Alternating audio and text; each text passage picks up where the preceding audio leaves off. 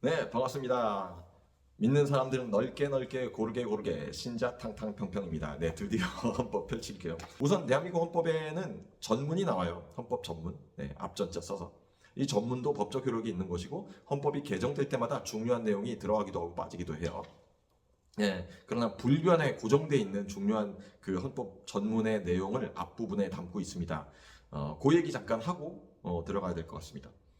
자, 유구한 역사와 전통에 빛나는 우리 대한국민은 3.1운동으로 건립된 대한민국 임시정부의 법통과 불의에 한거한 4.19 민주 이념을 계승하고 이렇게 시작해서 한 문장으로 쭉 이어지면서 우리들의 자손의 안전과 자유와 행복을 영원히 확보할 것을 다짐하면서 1948년 7월 12일에 제정되고 8차에 걸쳐 개정된 헌법을 이제 국회의 의결을 거쳐 국민투표에 의하여 개정한다 하고 87년 10월 29일 되어 있습니다.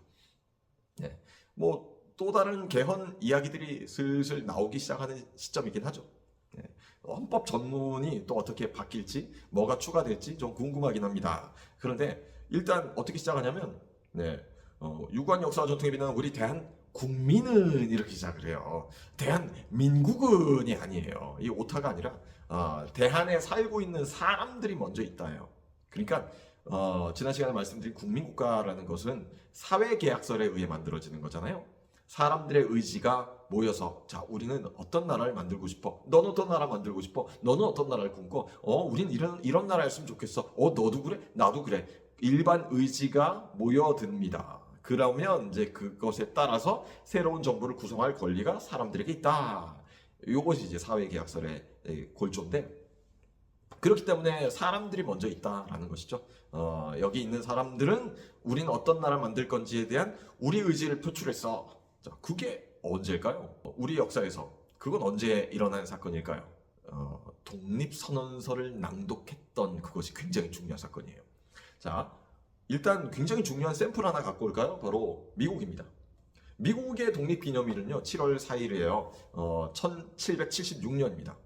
그럼 1776년이 이 미국이란 나라가 공식적으로 만들어지고 영국군이 물러가고 다 땅땅땅 돼버린 그 시점인가? 그게 아니에요.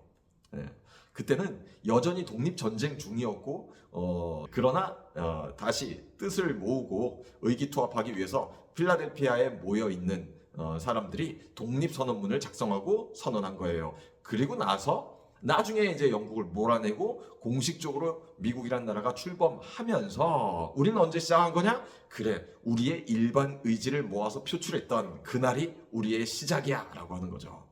이 논리를 그대로 갖고 오면 네, 그렇죠. 대한독립 만세! 이 3.1 운동이야말로 우리 역사에서 정말 중요한 순간이 아닐 수 없습니다. 그러니까 독립선언이라는 것이죠. 독립선언을 하는 과정에서 우리는 어떤 나라를 꿈꾸는가? 자, 여기서 이 질문을 해야겠죠. 3.1 운동 이후에 새 지역에서 임시정부가 동시에 만들어져요. 나중에 상해로 통합되지만, 그러나 임시정부를 만들 때 가졌던 국가의 그림은 모두가 일치해요. 그건 바로 민주공화국이었습니다. 그러니 우리는 이렇게 이해할 수 있을 거예요. 사람들의 의지가 모여서 우리는 3.1 운동 거치면서 민주공화국을 만들고 싶어. 일본 물러간 다음에 우리나라는 다시 이씨 조선의 왕족을 왕좌에 앉히는 그런 나라가 아니라 민이 주인이 되는 나라를 만들 거야. 바로 이 지점입니다.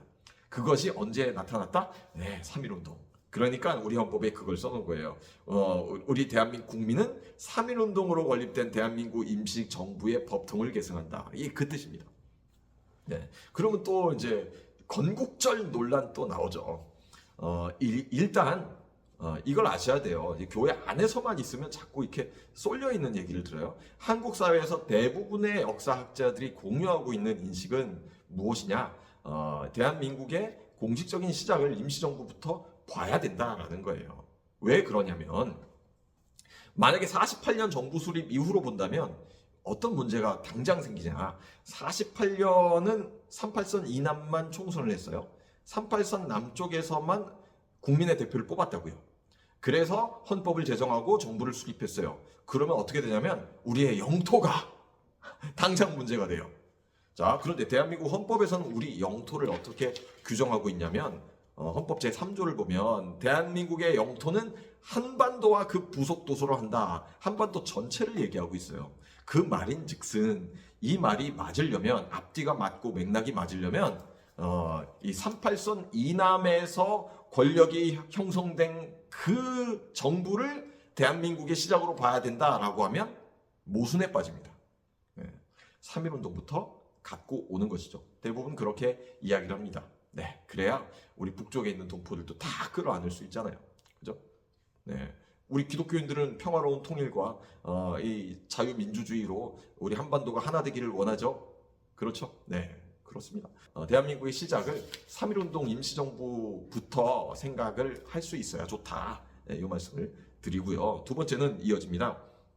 불의에 항거한 4.19 민주 이념을 계승하고 이렇게 돼 있어요. 그러니까 임시정부 법통과 계승하는 것이 임시정부 법통과 4.19 민주 이념이죠. 그때 4.19 민주 이념을 얘기하면서 불의에 항거한이라고 돼 있어요. 4.19는 그렇죠. 어떤 불의에 항거한 것이죠? 무엇을 몰아낸 것이죠? 맞습니다. 독재를 몰아낸 것이에요. 그러니까 민주주의의 반대가 뭡니까 하면 이상하게 대한민국 사람들만 민주주의의 반대말은 공산주의 이렇게 얘기해요. 틀린 말입니다. 사회과학적으로. 공산주의의 반대는 자본주의예요. 자본주의. 경제 개념이에요. 민주주의의 반대는 뭐예요? 독재예요. 사람들이 주인인 세상이 아니라 특정 개인과 세력이 권력을 잡고 있는 독재가 민주주의의 반대 개념입니다. 그러니 민주주의적 관점에서 불의는 뭐겠어요? 독재죠. 그렇죠? 이 자유당 정권, 이승만 정권의 독재, 그 불의에 항거한 민주 이념을 계승한다예요. 이게 굉장히 중요한 지점이죠. 여기서 뭐 이승만이라는 개인을 어떻게 봐야 되냐, 그것을 얘기하지는 않을게요. 뭐 저도 저의 인식이 있고 나름 역사를 공부하고 가르치는 사람이니까. 그렇지만 여기서 중요한 건 불의라는 것은 민주주의 국가 대한민국 국민 입장에서는 무엇이 불이냐? 어떤 개인이나 세력이 권력을 다 독점해서 모두를 지배하려고 하면 그것이 곧 불이다. 요거는 공유하고 가야죠. 네. 그래서 어떤 그 군대를 동원해서 시민들을 짓밟으려 한다. 네. 그러면 그게 대통령이 됐던 대통령 할애비가 됐던 일단 기독교인은 이건 잘못된 거야. 이건 이상한 거야. 이건 문제가 있는 거야. 라고 말할 수 있어야 됩니다. 이거 분명한 거예요. 네. 그럼 여기에서 정치적인 견해가 막 갈라지기 시작하면요. 이게 대한민국 일반 시민들과 소통하기가 벌써 어려워져 버립니다. 네. 벌써 어려워져 버려요. 그래서 우리는 민주주의 국가에 살고 민주주의의 반대 개념에 부리는 독재다. 그 독재의 어떠한 시도에 대해서도 그것은 잘못됐습니다라고 일단은 말할 수 있어야 이건 이제 가장 센터에 중도에 놓여 있는 이 헌법적 이해를 공유하고 있는 것이죠. 대한민국 헌법의 1조. 그래서 1항 무엇입니까? 대한민국은 뭐다? 민주공화국이다. 우리는 왕이 없어요. 독재 권력이 없습니다. 누가 주인입니까? 우리 모두가 주인이죠. 네, 그럴 수 있을 때 모두에게 더 아름다운 가치가 실현될 수 있다. 그러면 믿는 사람들은 민주주의 발전에 어느 정도 개입해야 됩니까? 일단 모두가 민주주의 발전에 관심이 있고요. 그러나 민주주의의 발전이 곧 하나님 나라의 완성이다. 이거는 또 우리가 동의하진 않아요. 네. 물론 하나님 나라의 일반 은총의 영역에서 하나님 나라가 민주주의의 발전과 맞물려 있는 부분도 있을 수 있다. 그러나 절대 또 아닐 수 있다. 네, 그렇습니다.